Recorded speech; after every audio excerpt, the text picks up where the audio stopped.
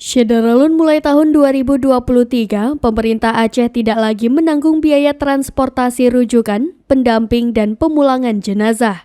Informasi ini diperoleh serambinews.com pada Selasa 22 November 2022 dari salinan kopian surat Kadiskes Aceh Dr. Hanif. Surat tersebut bertanggal di 5 Oktober 2022 terkait pengajuan klaim transportasi rujukan itu ditujukan kepada Direktur RSUD Provinsi, RSUD Kabupaten Kota, dan Rumah Sakit Swasta atau TNI atau Polri.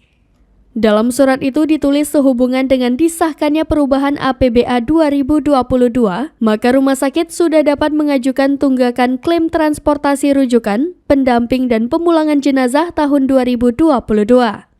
Dalam surat tersebut mengatakan pada tahun 2023, pemerintah Aceh tidak mengalokasikan lagi anggaran untuk transportasi rujukan, pendamping, dan pemulangan jenazah disebabkan keterbatasan anggaran.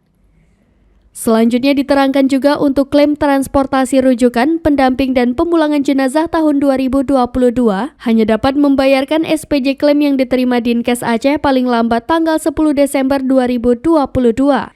Sementara Kadinkes Aceh Dr. Hanif yang dikonfirmasi serambinews.com mengaku sedang mengusahakan agar anggaran untuk hal yang dimaksud bisa kembali tersedia.